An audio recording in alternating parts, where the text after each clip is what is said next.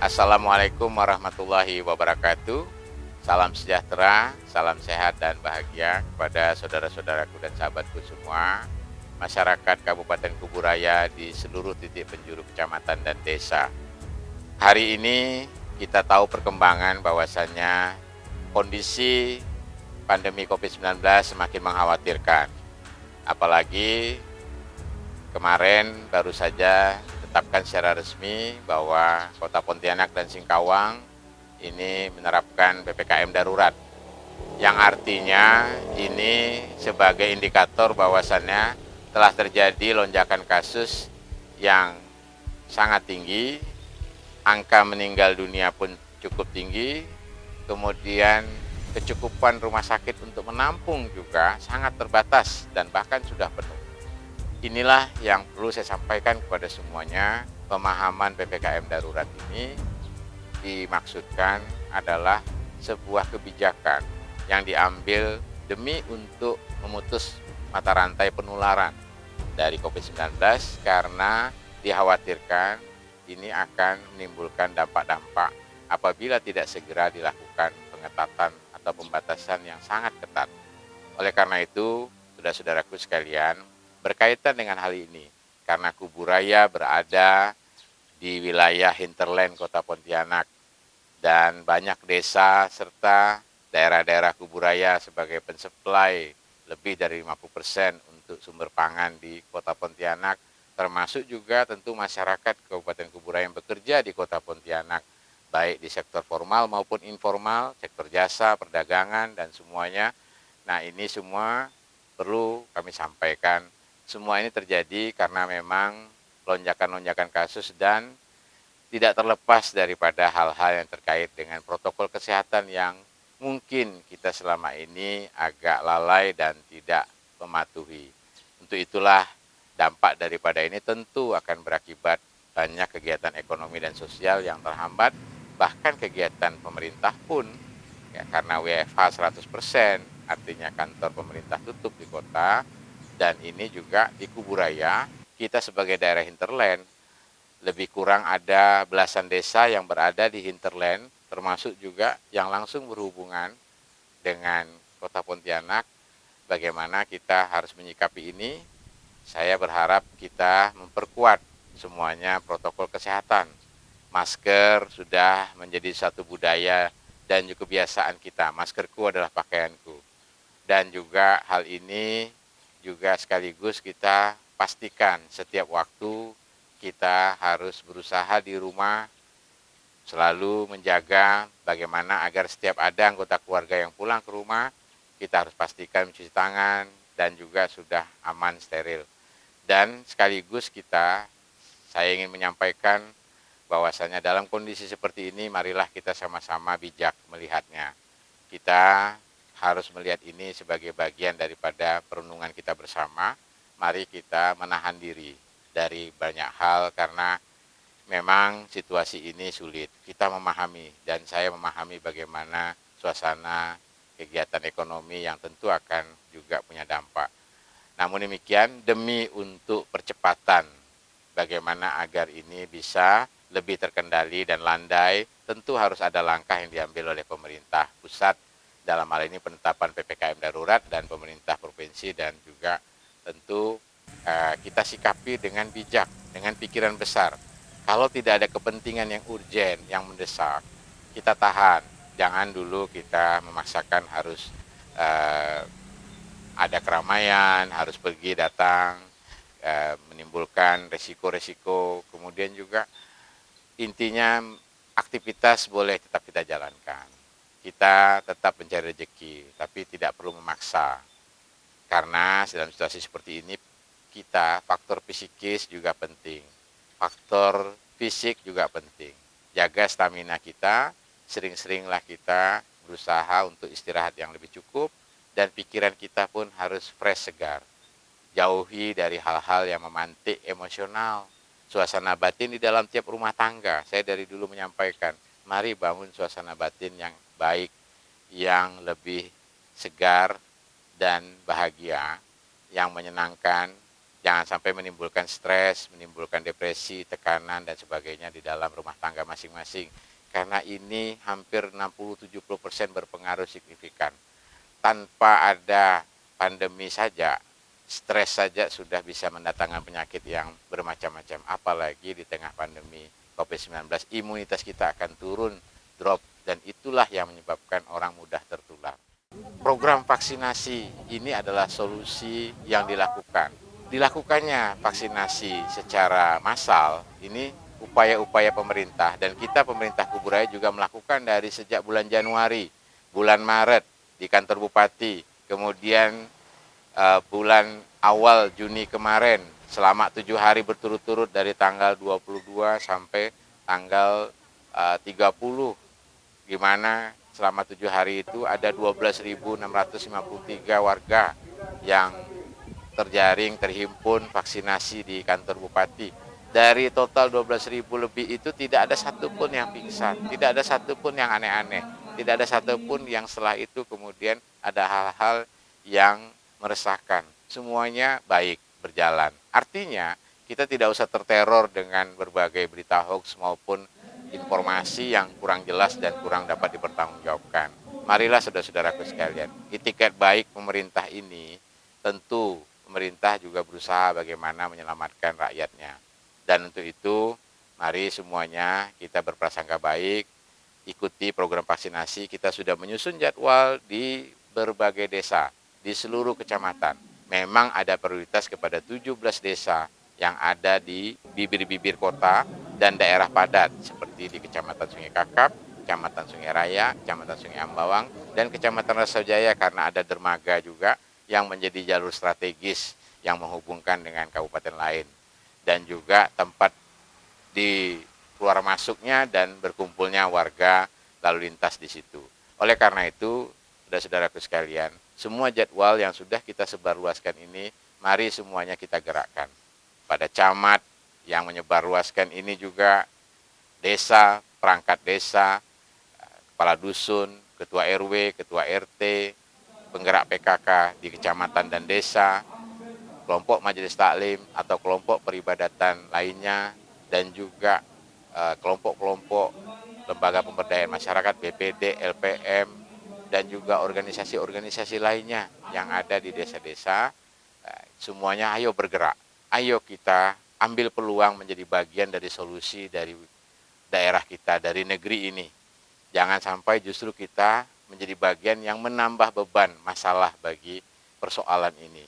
Karena sekarang ini perlu pikiran besar, perlu pikiran bijak, dan perlu langkah-langkah yang sifatnya terukur, serta benar-benar bisa melindungi dan saling melindungi. Kita berpikir sederhana, kita menerima vaksin bukan hanya semata untuk kepentingan kita pribadi, tapi bagaimana saling melindungi. Vaksin saling melindungi agar kita semua sama-sama memperkuat dan keluarga maupun orang banyak di sekitar kita. Nah, saudara-saudaraku sekalian, itulah sekali lagi saya berharap masyarakat ayo datangi semua. Setelah disusun jadwal oleh Dinas Kesehatan Kuburaya, juga kerjasama dengan TNI Polri di lapangan, semuanya bersama desa-desa, kita jangan sampai menimbulkan keraguan, justru malah kita nanti menyesal. Karena setidaknya kalau dengan vaksin ini, kita punya perlindungan yang lebih baik. Ibarat kata, jangan sampai sama sekali tidak divaksin, sehingga itu akan membuat kita tidak punya pertahanan yang kuat. Makanya, dari 90% dari yang terkonfirmasi positif, yang sampai harus dirawat parah, yang sampai harus merebut nyawa, itu adalah mereka yang belum divaksin. Oleh karena itu, hal inilah yang membuat kita harus benar-benar memahami. Ibaratnya seperti kita berkendaraan tidak menggunakan helm. Apabila terjadi kecelakaan, maka kemungkinan besar kalau yang tidak menggunakan helm itu akan parah dan fatal. Tapi apabila kita menggunakan helm yang baik, standar, tentu itu insya Allah juga akan ada kecenderungan kita masih bisa selamat. Ini kira-kira gambaran yang sederhana. Tentu vaksin ini berupaya untuk memunculkan imunitas tubuh kita, untuk melawan dan menghadang supaya kita juga tidak terlalu parah dan tidak menimbulkan kesedihan, duka yang mendalam. Sudah terlalu banyak kita lihat baik tenaga kesehatan, dokter, perawat, bidan dan sebagainya. Kemudian juga mereka yang bekerja di garis depan, bahkan anggota TNI, Polri pun, kemudian bahkan juga pelayan publik di berbagai tempat yang malah harus berhadapan dan semua sampai harus berenggut nyawa. Nah, ini juga masyarakat semuanya tentu ayo kita ada 3 klaster termasuk anak-anak remaja yang umur 12 sampai 17. Anak-anak kita ini kenapa harus dan penting juga karena justru disinilah kecenderungan bagaimana sebagai pembawa atau carrier, karena mobilitas anak-anak remaja ini kan tinggi. Setiap hari mereka mungkin berkumpul dan beraktivitas dengan teman-teman maupun dengan kegiatan yang mereka lakukan. Tanpa disadari mereka bisa jadi carrier atau pembawa. Mereka memang sehat, mereka memang tidak kelihatan ada terdampak sakit dan sebagainya. Mungkin hanya pilek atau batuk biasa.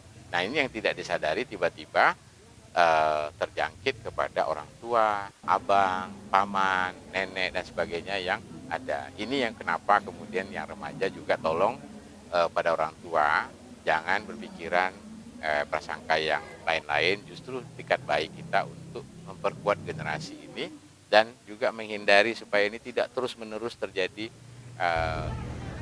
tingkat positif rate-nya supaya bisa lebih landai dan menurun.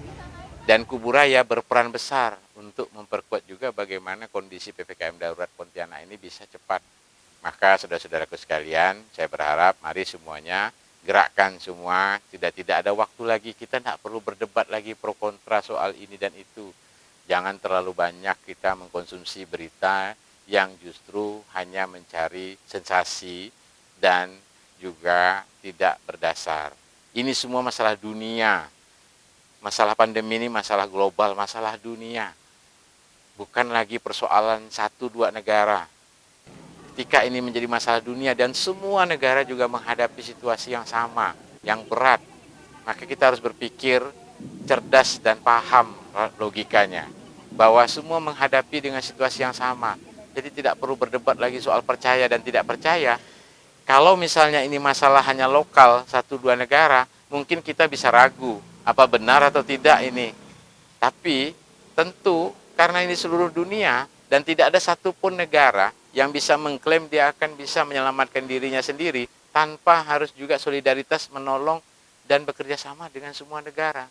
Makanya ini persoalannya adalah mari kita besarkan pikiran kita. Kita sudah berpikir soal bagaimana solidaritas kehidupan dunia ini. Makanya saudara-saudaraku sekalian, mari semuanya sikapi dengan baik langkah kita vaksinasi semua anggota keluarga kita yang memenuhi syarat kesehatan karena semua akan di screening dan kita pastikan bahwa dengan langkah ini berarti kita ikut berjuang. Cara berjuang kita sekarang ini kita bukan menantang-nantang, petantang-petenteng, bukan meremehkan, tidak boleh, justru keliru. Kita jangan menantang karena ini makhluk yang tidak perlu ditantang. Semua ini justru bukan harus kita lawan dengan cara-cara yang gagah-gagahan. Tapi cara kita berjuang adalah mari kita memperkuat diri kita dan keluarga, membentengi. Dengan divaksin ini solusi mempercepat supaya semuanya punya kekebalan kelompok. Artinya ketika ada wabah atau pandemi seperti ini, ketika kita sudah punya kekebalan kelompok, maka nanti dia akan tidak akan berkembang. Sehingga pada akhirnya kita bisa membuat situasi terkendali dan tidak menimbulkan banyak korban dan persoalan seperti pembatasan-pembatasan yang kita rasakan sekarang ini. Jadi hikmah daripada adanya PPKM darurat ini juga jangan sampai melebar ke daerah lain. Jangan sampai di Kuburaya juga nanti terdampak sehingga juga bisa menjadi pemberlakuan yang sangat-sangat ketat. Tentu bisa kita bayangkan banyak hal yang akan membuat pembatasan dan ini akhirnya meresahkan dan tentu upaya kita adalah bagaimana agar justru malah berkontribusi untuk mempercepat meredakan ini menjadi landai dan bisa membuat semuanya jadi lebih tenang dan bahagia. Saudara-saudaraku sekalian, itulah dan kepada semua pihak, termasuk saya ingin menyampaikan kepada keluarga-keluarga dari warga yang hari ini mungkin masih dalam kondisi perawatan di rumah, isolasi mandiri di rumah, atau mungkin dirawat di rumah-rumah isolasi mandiri di desa, di kecamatan, atau di kabupaten maupun di rumah sakit atau di klinik, semuanya saya ingin menyampaikan, berikan kesabaran dan ketenangan kepada yang menderita hari ini, karena psikis sangat menentukan. Kepada saudara-saudaraku yang sekarang sedang isolasi mandiri atau dirawat di rumah sakit, mari kita berpikiran yang baik, ya. Kita punya daya juang harus kokoh, kita punya semangat keyakinan tinggi, tancapkan betul-betul, dan mari berpikiran yang lebih positif, lebih baik. Jangan berpikir yang aneh-aneh macam-macam, jangan bayangin yang aneh-aneh, karena itu akan membawa nanti khawatirnya secara psikis sulit untuk menyembuhkan atau memulihkan kondisi yang dihadapi. Karena secara empiris di sana sini juga terbukti bahwa faktor psikis sangatlah menentukan untuk pemulihan yang lebih cepat dan kembali supaya bisa hidup sehat kembali. Semoga semuanya bisa cepat sehat, cepat pulih, dan pada akhirnya rumah keluarga, warga kita juga semuanya bahagia, karena kita sama-sama ingin membahagiakan. Tentu semua ini adalah upaya kita untuk mempercepat bagaimana situasi ini bisa lebih kita kendalikan. Dan insya Allah badai pasti berlalu. Wassalamualaikum warahmatullahi wabarakatuh. Salam menanjakkan kebahagiaan dan imunitas dari Kuburaya untuk